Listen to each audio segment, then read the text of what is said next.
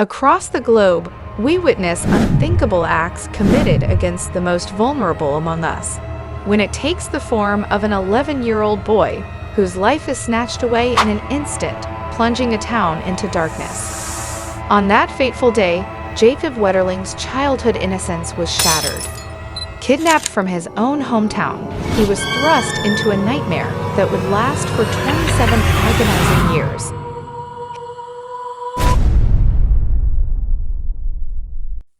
Hi guys, and welcome back to Crimeco.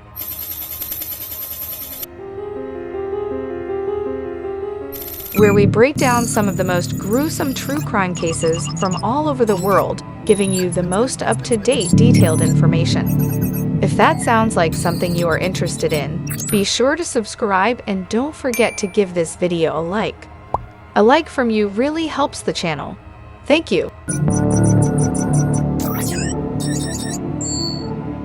Jacob Irwin Wetterling, born on February 17, 1978, in Long Prairie, Minnesota, was a bright and energetic young boy whose life was tragically cut short. Raised by his loving parents, Jerry and Patty Wetterling, Jacob shared his childhood adventures with his younger brother, Trevor, forming an unbreakable bond that would be tested in the most unimaginable way. From an early age, Jacob reveled in the joys of small-town living. He embraced the freedom to explore the great outdoors, riding his bike through the picturesque streets of St. Joseph, Minnesota. His infectious laughter and adventurous spirit brought warmth to the hearts of those who knew him. As he grew older, Jacob's curiosity and love for learning blossomed. He attended Name of School, where he eagerly soaked up knowledge, surrounded by friends and teachers who admired his kind and compassionate nature. His enthusiasm for life was contagious, touching the lives of those around him. But on that fateful evening of October 22, 1989, Jacob's world was forever shattered. At the tender age of 11, he embarked on a bike ride with his younger brother, Trevor, and their friend, Aaron Larson, never suspecting the darkness that awaited them. His mother, Patty, had initially told him and his brother to stay home, concerned about their safety in the dark. However, the resourceful boys persisted and eventually convinced their father, Jerry, to grant them permission to ride their bikes to the video store, with promises of caution and safety. As the sun dipped below the horizon, casting long shadows across the streets of St. Joseph, Jacob Wetterling and his companions pedaled their bikes with excitement, eager to reach their destination. Their mission was to rent a movie, a small pleasure that had become a tradition for these young friends. The trio arrived at the Tom Thumb convenience store, their youthful laughter filling the air as they entered. Oblivious to the lurking danger, they selected a movie, The Naked Gun, and made their way back to their bicycles, unaware that an ominous presence was silently observing their every move.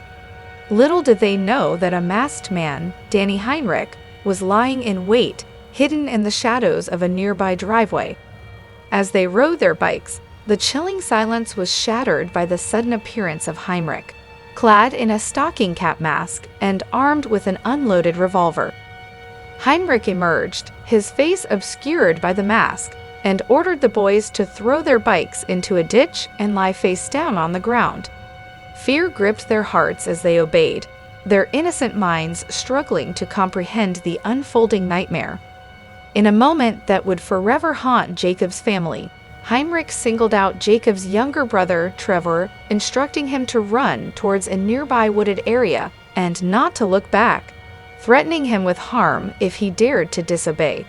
Trevor, frightened and confused, sprinted away, leaving his brother and their friend at the mercy of their captor. Heinrich's eyes fixated on Jacob and his friend Aaron. He demanded to see their faces, his intentions shrouded in darkness. Aaron was given a chance to escape, his life spared, but Jacob's fate took a sinister turn. It was the last time anyone, other than his captor, would see Jacob Wetterling alive. The aftermath of Jacob Wetterling's abduction, a wave of panic and despair swept through the tight-knit community of St. Joseph, Minnesota. The news spread like wildfire, and the search for Jacob began immediately.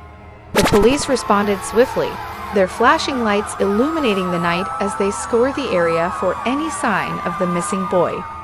Stearns County Sheriff John Sanner, fueled by hope and determination, rallied his forces. Joined by the FBI and the National Guard, they combed the surrounding neighborhoods, fields, and forests, desperately hoping to find Jacob and bring him back home safely. Jacob's mother, Patty Wetterling, clung to hope, her voice filled with a mix of anguish and determination. She pleaded with the public, urging them to keep their eyes open, to share any information that could lead to her son's whereabouts. Flyers were distributed, posters were plastered on every street corner, and the community rallied together, refusing to let Jacob's memory fade into the darkness. But as the days turned into weeks and the weeks into months, the initial optimism began to wane, replaced by a sense of despair and uncertainty. The investigators delved deeper into the mysterious case of Jacob Wetterling's abduction. The search for answers intensified, and the pursuit of justice became relentless. One crucial breakthrough came in January 1989, when another young boy, Jared Shirel, was kidnapped, sexually assaulted, and physically threatened by an unknown man. The details of Jared's case bore striking similarities to Jacob's abduction, leading authorities to believe they were dealing with the same perpetrator. Both incidents involved a masked man armed with a gun, who ordered the boys to run and not look back or risk being shot. The investigations took a significant turn when a person of interest emerged in the case of Jacob Wetterling. In October 2015, Danny James Heinrich was publicly named as a potential link to Jacob's disappearance. The FBI had previously questioned Heinrich in December 1989 and obtained a DNA sample, but he was not charged with a crime at the time and was subsequently released. However, in 2015, advancements in forensic technology led to a breakthrough. Heinrich's DNA was matched to the DNA found in the case of Jared Shirel, who had been abducted in a nearby town just months before Jacob's disappearance. Although the statute of limitations had expired for the Cold Spring kidnapping, the evidence connected Heinrich to both cases, raising suspicions about his involvement in Jacob's abduction. In May 2014, investigators decided to re-examine a series of attempted and actual child molestations that had occurred in the Paynesville area.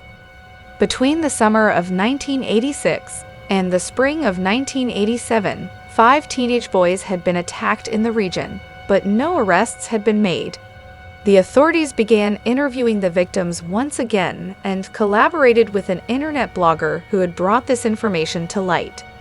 After months of meticulous research and extensive interviews with some of the victims, investigators started to believe that these attacks were not random.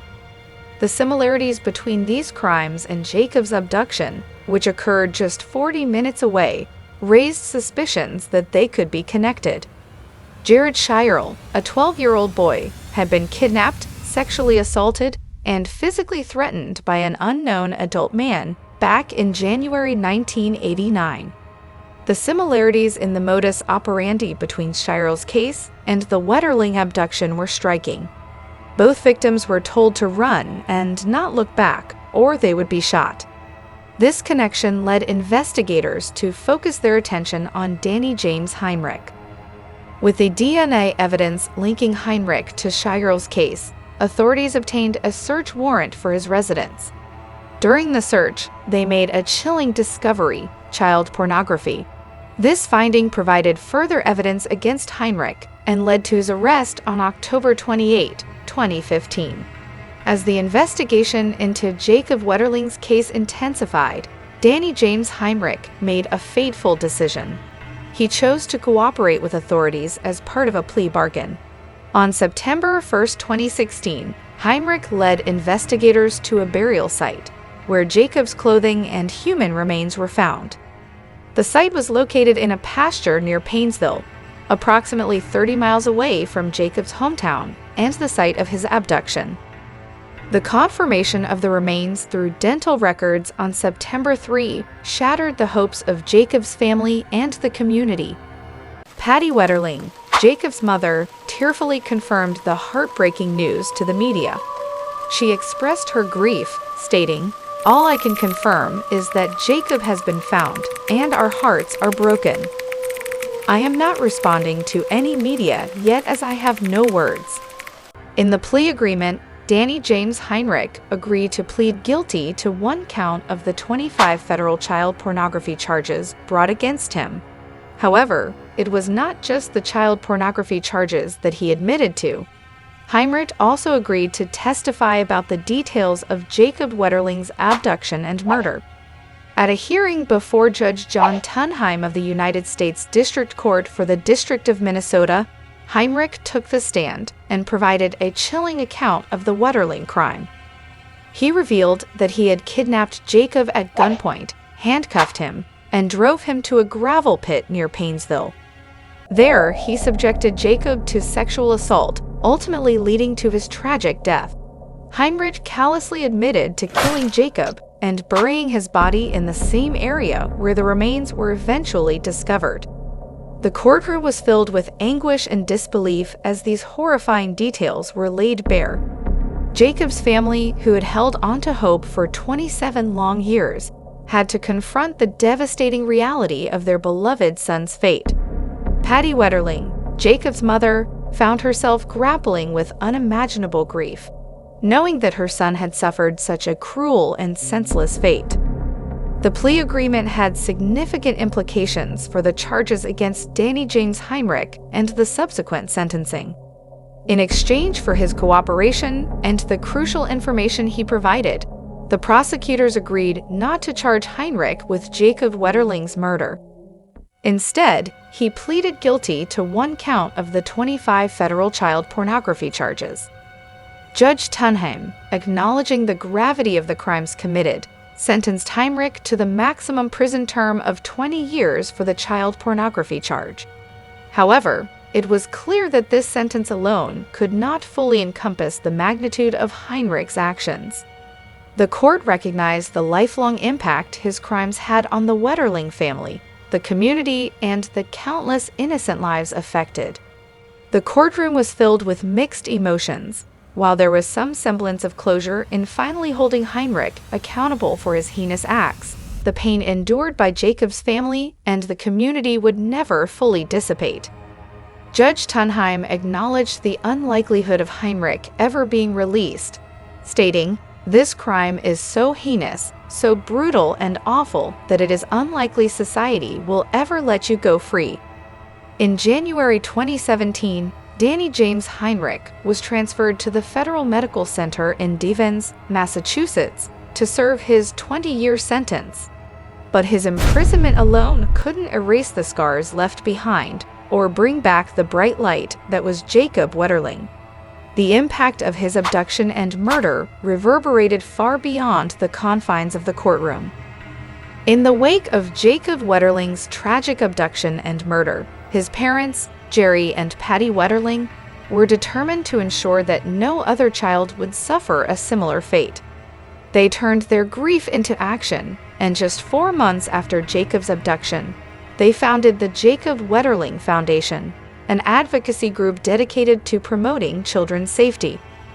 Over the years, the foundation evolved into the Jacob Wetterling Resource Center, expanding its scope and outreach. Their mission was to educate the public about the realities of child abduction, how it happens, and what each individual can do to prevent it. Through educational programs, resources, and community engagement, they aim to empower parents, children, and communities to create safer environments for all. The impact of Jacob's case extended far beyond the efforts of his family. In 1994, the federal Jacob Wetterling Act was passed, named in his honor. This groundbreaking law established the first state sex offender registry, setting an important precedent for child protection. Subsequent amendments, such as Megan's Law and the Adam Walsh Child Protection and Safety Act, further enhanced the legislation and its reach. Jacob's legacy also lives on in physical tributes, such as the Bridge of Hope, a crossing of the Mississippi River near St. Cloud, Minnesota, named in his honor. The bridge stands as a symbol of resilience, reminding us of the ongoing commitment to protect children and create a safer society. Jacob Irwin Wetterling, born on February 17, 1978, brought joy and laughter into the lives of his family and friends. His abduction and murder shattered their world, but his memory lives on as a beacon of hope, inspiring communities to come together, protect their children, and never forget the innocence that was stolen. Jacob Irwin Wetterling, forever etched in our hearts, forever an inspiration for change.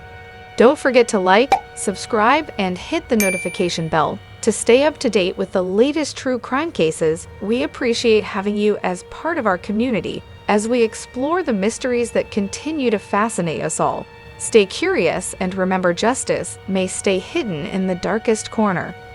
Thanks for watching and see you on the next one.